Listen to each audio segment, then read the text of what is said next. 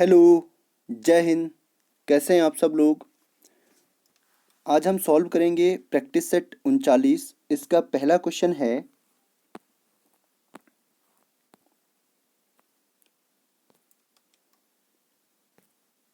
1200 रुपये 2 वर्ष बाद 1428 रुपये हो जाते हैं तो ब्याज की दर प्रतिशत है। तो आपको यहाँ पे दे रखा है मूलधन P बराबर 1200 रुपये, मिश्रधन A बराबर आपको दिया है 1428 रुपये। दूसरा आपको दिया है टाइम आपको दे रखा है 2 वर्ष और R आपको क्या करना है, निकालना है। ठीक है, अगर हम मिश्रधन में से मूलधन को माइनस करेंगे तो हमारे पास आएगा SI बराबर होता है मिश्रधन माइनस मूलधन। मिश्रधन कितना है 1428 और मूलधन कितना है 1200 रुपये। 1428 में से अगर हम 1200 माइनस करेंगे तो यहाँ आपका बचेगा 8, 2 में से 0 गया 2, 4 में से 2 गया 2, 228 रुपये। तो SI कितना आ गया आपका 228 रुपये। SI का फॉर्मूला होता है साधारण ब्याज बराबर होता है मूलधन गुणा दर गुणा समय बटे 100। मूलधन कितना है 1200 रुपये और SI कितना आया है 228 इंटू R कितना है, R हमें निकालना है, गुणा समय कितना है 2 वर्ष, अपॉन में आपका आएगा 100। 2 0 से 2 0 यहाँ पे कट गए। इसके बाद ये हो जाएगा 12 दूना 24, तो 228 बराबर होगा 12 दूना 24 गुणा R को यहाँ रखेंगे और 24 को लेके जाएंगे दूसरी ओर। 228 बट्टे आपका आएगा 24, तो ये कटेगा आपका 4 से कटेगा, 4 पंजे 20 और यहाँ आपका बचेगा 4 सत्ता 28 और ये कटेगा 4 से 6 बार। तो R बराबर आपके पास आया है, R बराबर है 57 बटे 6। 3 से कटेगा 19 बार, 3 से कटेगा 2 बार, तो 19 बटे 2 का मतलब होता है 9.5। अगर 19 में हम 9 का डिवाइड करेंगे तो क्या आएगा 9.5। Option number B. अगला प्रश्न है, इसका वर्गमूल आपको ज्ञात करना है। ठीक है, तो वर्गमूल में आपको बताया है कैसे निकालते हैं। 15,625। सबसे पहले हम राइट साइड से क्या करते हैं, अंकों के जोड़े बनाते चलते हैं। ठीक है, उसके बाद ऐसी संख्या सोचनी है जिसका स्क्वायर या तो 1 हो या फिर 1 से छोटी संख्या हो। तो ये संख्या है आपकी 1, 1 एकम 1। यहाँ पे इस 1 को ऐड करेंगे जो ये यहाँ पे है, 1 प्लस 1, तो ये आपका हो जाएगा 2। इसमें से 1 में से 1 माइनस करेंगे 0, उतर के आएगा ये पूरा जोड़ा 56 का। उसके बाद यहाँ पे लेते हैं हम 2, यहाँ भी रखना पड़ेगा 2, तो 2 दूना 4 और 2 दूना 4 44। ये जो 2 यहाँ पे रखा है इसको हम यहाँ पे ऐड भी करेंगे। ठीक है, तो 22 और 2 24। उसके बाद यहाँ पे आपके पास बचेगा 12, उतर के आएगा 25। अब यहाँ पे ऐसी संख्या रखनी है जिससे यहाँ पे रखने पर और यहाँ पे रखने पर इसको गुणा करने से क्या है 1225। तो 5 पंजे 25, 5 चौको 20 और 2 22, 5 दूना 10 और 2 12। तो इसका जो वर्गमूल होगा वो कितना आएगा 125। Option number A. अगला प्रश्न है, इनका महत्तम समापवर्तक ज्ञात करना है, यानी मासा इनका हमें ज्ञात करना है। ठीक है, तो 506 के गुणनखंड क्या होते हैं, 506 के गुणनखंड होते हैं 2 से कटेगा 2 बार, यहाँ बचा 1 0, 2 पंजे 10। उसके बाद यहाँ बचा 6, 2 तियाँ 6, फिर यहाँ पे भाग जाएगा, अब इसमें भाग जाएगा, इसके बाद इसमें भाग जाएगा 11 का, बाकी का नहीं जाएगा। ठीक है, 2 से लेके 10 तक इसमें किसी भी संख्या का भाग नहीं जाएगा। अब जाएगा इसमें 11 का भाग, तो 11 से कटेगा 2 बार, 11 दूना 22, यहाँ बचा 3 और 3 33, तो 11 तियाँ 33, ये कटेगा 23 से 1 बार। उसके बाद इसको अगर हम इसके हम गुणनखंड करते हैं तो ये इसमें डिवाइड जाएगा 3 का, 3 छक्का 18, 3 दूना 6, 3 एकम 3। फिर 3 से करेंगे तो 3 दूना 6, 3 शून्य को शून्य 2 में तो जाता नहीं है, तो 3 सत्ता 21। फिर 3 से करेंगे 3 छक्का 18, यहाँ पे बचा 2 7 27, 3 नवा 27। फिर 3 से करेंगे तो 3 दूना 6 और 3 तियाँ 9, फिर इसमें 23 का भाग जाएगा। ठीक है, बाकी किसी भी संख्या का भाग इसमें नहीं जाएगा। तो इसके गुणनखंड हैं आपके 506। 506 के गुणनखंड हैं 2 गुणा 11 गुणा 23 और 1863 के जो गुणनखंड हैं वो है आपके 3 गुणा 3 गुणा 3 गुणा 3 गुणा 23। तो इसके बाद हम क्या करते हैं, जोड़े बनाते हैं। तो इसमें भी 23 है और इसमें भी 23 है। तो HCF बराबर क्या होता है, HCF वो वाला होता है, वो वाला फैक्टर होता है जो दोनों में हो, ठीक है। तो दोनों में कौन सा फैक्टर है, 23। तो इसका HCF कितना आएगा, 23। मासा पा कितना आएगा इसका, 23। Option number C. अगला प्रश्न है,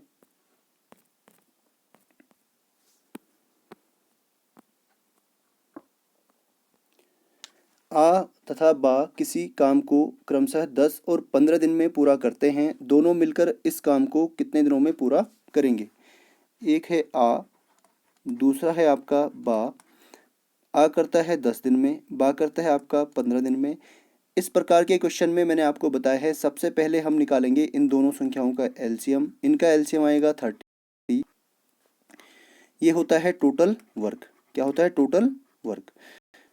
इसके बाद इस 10 से हम इस एलसीएम को डिवाइड करेंगे, कितने बार कटेगा, 3 बार। इस 15 से अगर डिवाइड करेंगे तो कितनी बार कटेगा, 2 बार। तो ये दोनों क्या हो गई, इनकी एफिशिएंसी हो गई। तो एक दिन में ये दोनों मिलकर कितना काम करते हैं, 3 और 2 5। अगर हम इसको 5 से डिवाइड करते हैं तो ये दोनों मिलकर कितने दिन में काम करेंगे, 6 दिन में, ठीक है। Option number C. अगला प्रश्न है,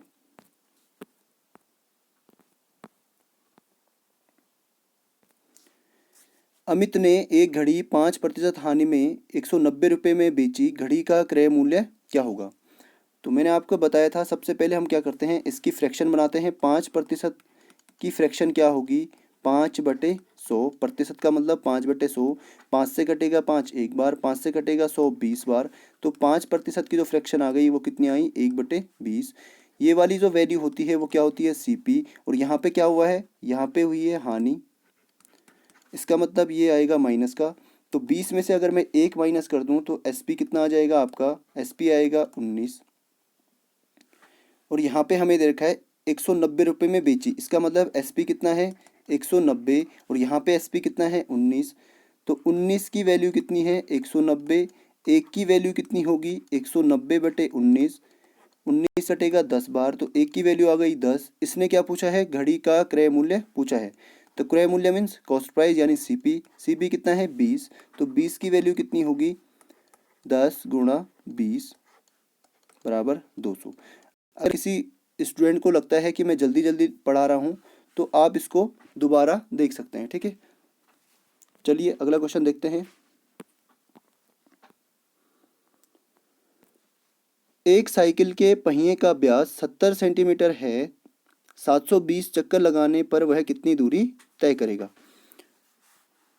तो एक चक्कर, साइकिल के पहिए का एक चक्कर बराबर क्या होता है, उसके द्वारा एक चक्कर में तय की गई दूरी।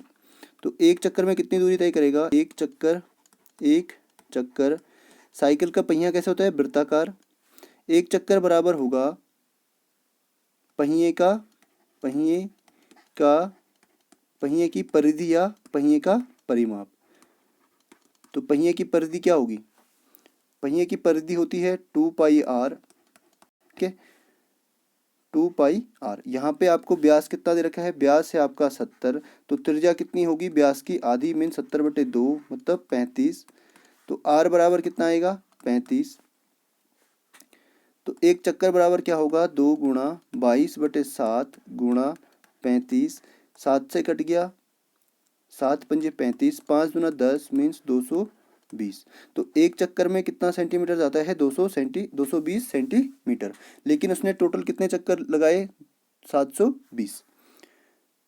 तो एक चक्कर में तय की गई दूरी, अब मैं इसको यहाँ पे लिखता हूँ, एक चक्कर में तय की गई दूरी बराबर कितनी है, 220 सेंटीमीटर। अब यहाँ पे टोटल कितने चक्कर लगाए हैं, 720 चक्करों में तय की गई दूरी बराबर क्या होगी, की गई दूरी दूरी बराबर होगा 220 गुणा गया 720। तो इन दोनों को अगर मैं गुणा करता हूँ तो यहाँ पे आएगा दो, तो यहाँ पे 0 आएंगे, 22 दूना 44, 22 सत्ता 154 और 4 158 सेंटीमीटर। अब ये आंसर आया है आपका सेंटीमीटर में और आपको आंसर दिया किस में है, मीटर में। अगर हम इसको मीटर में कन्वर्ट करते हैं तो इसको हम डिवाइड कर देंगे 100 से, अपॉन 100, 2 जीरो से 2 जीरो कट गए, कितना आ गया 1584 मीटर। Option number B. अगला प्रश्न है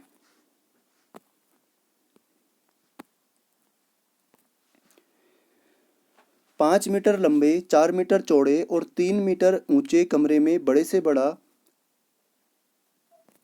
से बड़ा कितना लंबा बांस रखा जा सकता है। तो यहाँ पे आपको दिया है एक घनाभ आपको गिवन है, ये आपके पास कोई घनाभ है, ठीक है।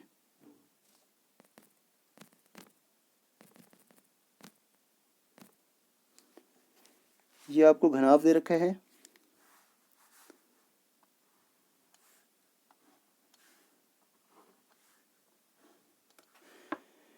अब इसमें आपको गिवन है इसकी लंबाई कितनी है 5 मीटर, इसकी चौड़ाई कितनी है, ये चौड़ाई है, ये कितनी है 4 मीटर, इसकी ऊंचाई कितनी है 3 मीटर। अब आपको इसने पूछा है, थोड़ा सा हम कलर इसका चेंज करते हैं, इसमें आपको पूछा है कि एक बांस कमरे में रखना है, इसको एक कमरा मान लीजिए, ठीक है। तो यहाँ से यहाँ तक की लंबाई पूछी है, ठीक है, इस कोने से लेके और इस कोने तक की जो लंबाई है वो आपको पूछी गई है, ठीक है। तो सबसे लंबा बांस इतना लंबा होगा। तो इसकी लंबाई ज्ञात करने के लिए जो फॉर्मूला होता है ये होता है घनाभ का विकर्ण बराबर होता है under root L square plus B square plus H square, ठीक है। लंबाई का स्क्वायर प्लस चौड़ाई का स्क्वायर प्लस ऊंचाई का स्क्वायर। लंबाई कितनी है, लंबाई है आपकी 5, 5 का स्क्वायर प्लस चौड़ाई कितनी है 4, 4 का स्क्वायर प्लस ऊंचाई कितनी है 3, तो 3 का स्क्वायर। तो यहाँ पे अगर मैं इनको सॉल्व करता हूँ तो ये आएगा आपका 5 पंजे 25 प्लस 4 चौको 16 प्लस 3 तियाँ 9, और ये है आपका इसका अंडर रूट। इसका निकालना है आपको अंडर रूट। तो ये कितना हो जाएगा 25 और 16 41, 41 और 9 कितना होगा 50।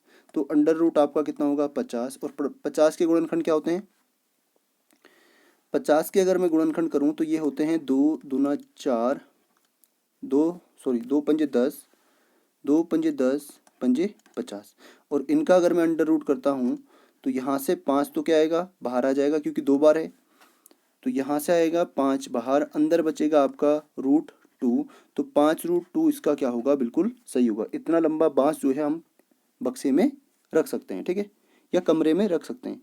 अगला प्रश्न है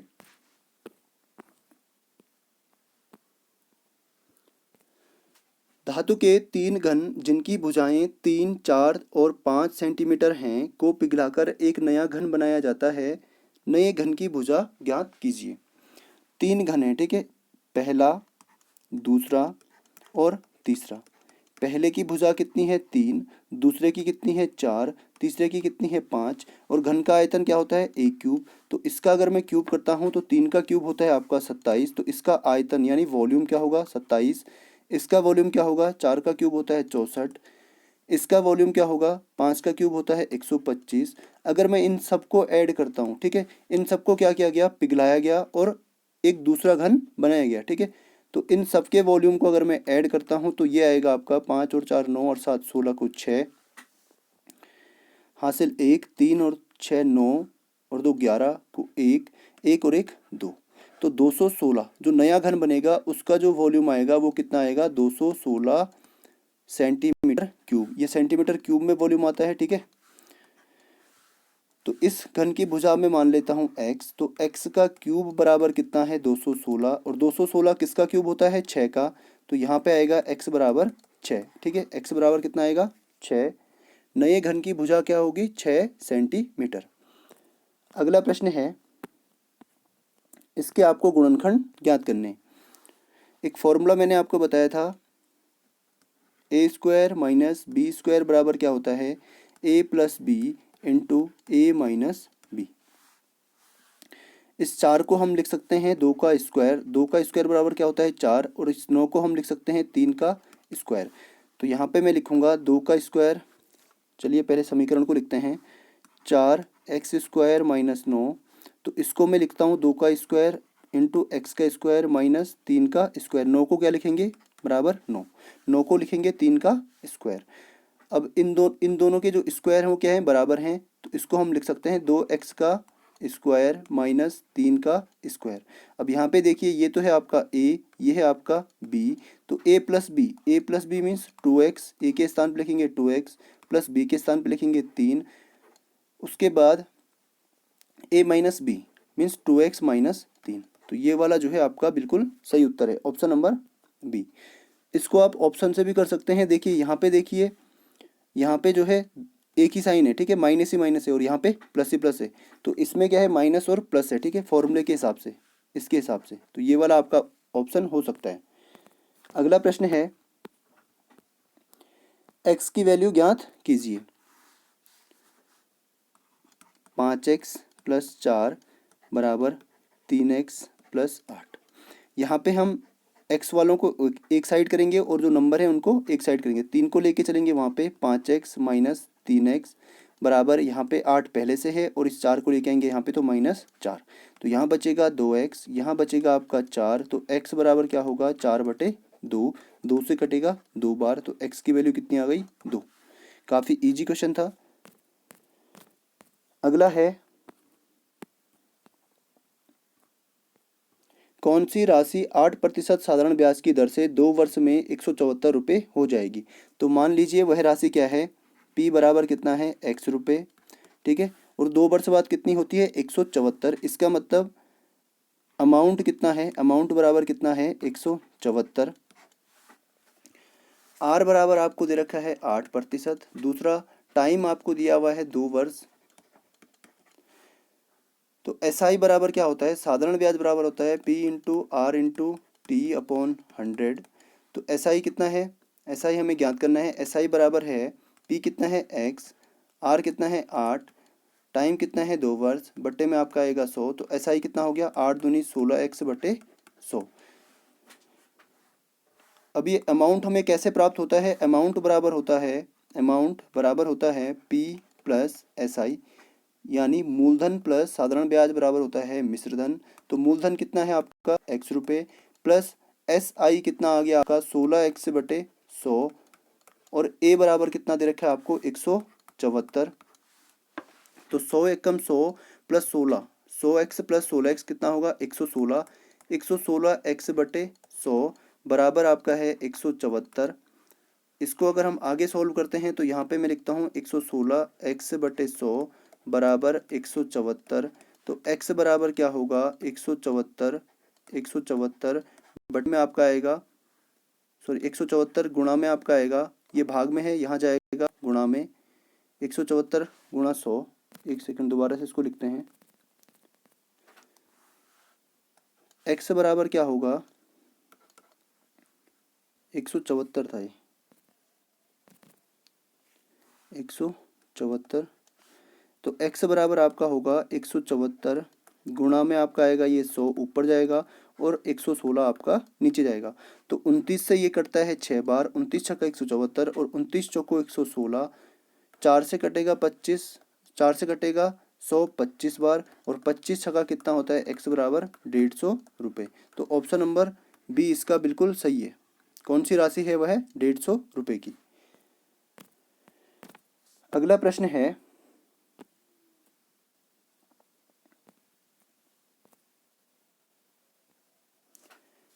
ABC एक वृत्त जिसका केंद्र O है, ठीक है, इसका केंद्र है आपका O,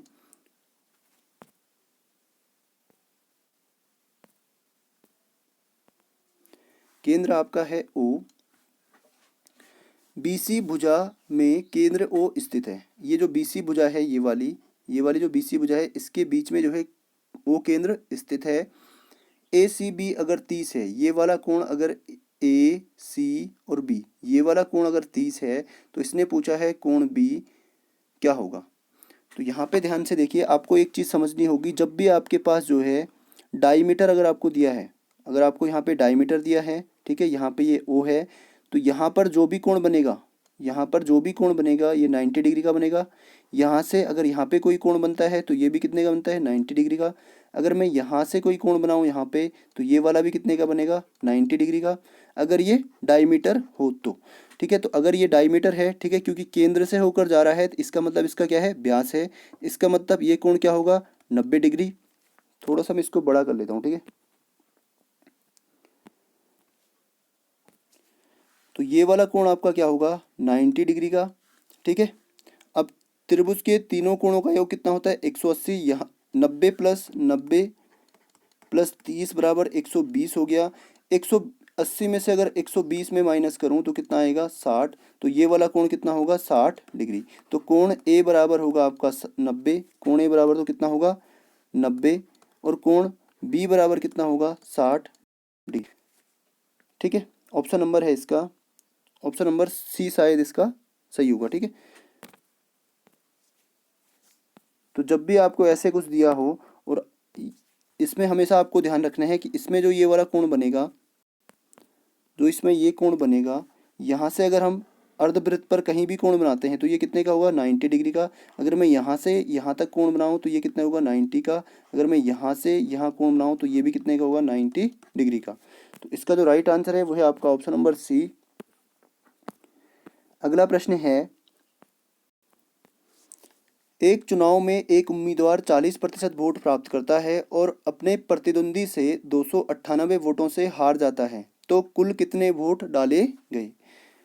मान लीजिए कुल वोट कितने थे, 100% थे। ठीक है, इसमें से जो है 40% किसको मिले, एक चुनाव इतने प्रतिशत वोट प्राप्त करता है और इतने वोटों से हार गया, ये हारने वाले को मिले। ठीक है, और तो इसको कितने मिले होंगे, 100 में से 40 इसको मिल गए, तो कितने बचे, 60%।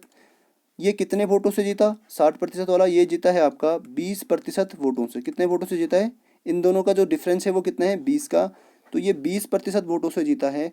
और यहाँ पे इसने बोला है कि अपने प्रतिद्वंदी से 298 वोटों से हार जाता है। तो ये हार और जीत का जो डिफरेंस है वो कितना है, 298, और यहाँ पे कितना है, 20। तो 20% बराबर 298, 1% बराबर कितना होगा, 298/20। इसने पूछा है कुल कितने वोट डाले गए हैं, तो 100 कुल कितने हैं, 100%। तो 100% बराबर कितना होगा, 298/2, 20 गुणा 100। एक जीरो से एक जीरो यहाँ पे कट गया, 2 से इसको अगर हम भाग देंगे, 298/2, और एक जीरो इसके साथ और है। ठीक है, 2 से अगर मैं इसको भाग देता हूँ तो 2 से कटेगा एक बार, 2 से कटेगा 2 बार, 2 से कटेगा 4 बार, 2 से कटेगा 9 बार। 1490 इसका सही उत्तर होगा। ठीक है, आप भाग दे के देख लीजिएगा। ठीक है, 298/2, 2 से कटेगा एक बार, 2 से कटेगा 4 बार, 2 चौको 8, 1 और 8 2 9 18, और 1 10 और बी है। ठीक है, तो कितना आएगा, 1490, ऑप्शन नंबर बी। अगला है,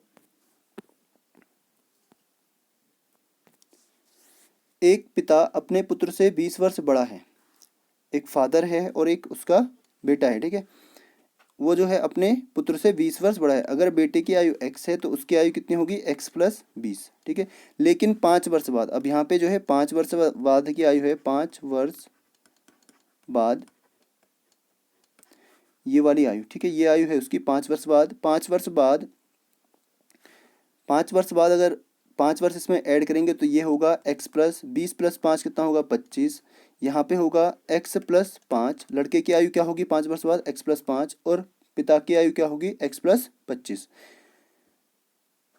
5 वर्ष बाद पिता की आयु अपने पुत्र से 3 गुना रह जाती है। अब क्या होता है, उसकी आयु जो है वो 3 गुना ही रहती है अपने पुत्र की। तो बराबर होंगे ये दोनों, इन दोनों को रखेंगे बराबर। अब यहाँ पे आएगा x + 25 बराबर में आपका आएगा 3 गुणा x मीन्स 3x प्लस 5 3 15। इस x को लेके जाते हैं यहाँ पे और इस 15 को लेके आते हैं यहाँ पे, तो 25 - 15 बराबर होगा 3x माइनस x। यहाँ बचेगा आपका 25 - 15 था ये, 25 - 15, तो 25 - 15 मीन्स 10 बराबर आपका होगा 3 में से x गया 2x। तो x बराबर क्या होगा, x बराबर होगा 10/2 यानी 5। तो x बराबर कितना आ गया, 5। तो बेटे की आयु कितनी है वर्तमान, 5, और उसके पिता जो हैं उससे 20 वर्ष बड़े हैं। तो इसमें अगर हम 5 ऐड करते हैं तो ये कितना आएगा 25 और x बराबर कितना आएगा 5। Option number A. अगला प्रश्न है, काफ़ी आसान क्वेश्चन है ये वाला। यहाँ से हम सॉल्व करना शुरू करते हैं। 25 का वर्गमूल कितना होता है 5, 5 और 11 कितना होगा 16 और 16 का अंडर रूट क्या होगा 4। तो 12 में अगर हम 4 ऐड करते हैं 12 और 4 16 और 16 का अंडर रूट क्या होगा 4। Option number B. अगला प्रश्न है, सॉरी ये सेट यहीं पे ख़त्म होता है। चलिए साइनिंग आउट।